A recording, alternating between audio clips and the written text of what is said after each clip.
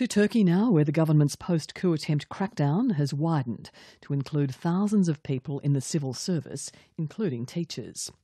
President Tayyip Erdogan has accused them of links to the US-based Muslim cleric he says was behind the plot. Turkish authorities have now filed a dossier of evidence in the US to seek the cleric's extradition, as Anne Barker reports.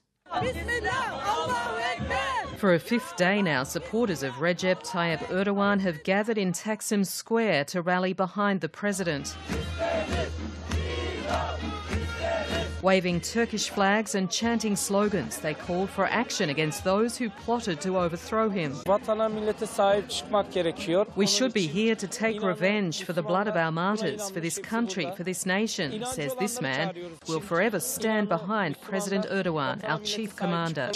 The call for revenge came as the Turkish government did just that, sacking thousands of civil servants, from teachers and university deans to intelligence officers and religious authorities. Close to 35,000 people now have been sacked, suspended or arrested since the weekend, including soldiers, police, judges and prosecutors. The government accuses them of being clandestine supporters of Fethullah Gulen, an exiled Turkish cleric accused of orchestrating the attempted coup from the US.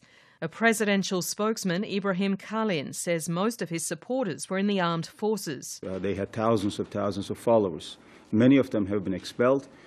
There was one stronghold where they in fact held out, and that was the army. And now we have seen this with this coup. Turkey has vociferously demanded Gulen's extradition from the US. A one-time ally of President Erdogan, he espouses a more moderate Turkey with secular schools and institutions. He fled to the US years ago but still has supporters in Turkey, but denies any involvement in the failed coup. But Prime Minister Binali Yildirim says Turkey has now sent files of evidence to the US for his extradition. The President and I have personally made an appeal to the United States for the return of the chief terrorist. He says the Justice Minister sent our files.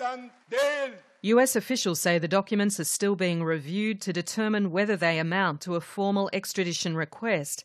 President Barack Obama spoke to his Turkish counterpart yesterday and discussed Gulen's fate, but a White House spokesman, Josh Earnest, says a decision on his extradition will be made according to the rule of law. There is a process that is established in the extradition treaty that we will follow. There also is due process to which people who live in the United States are entitled.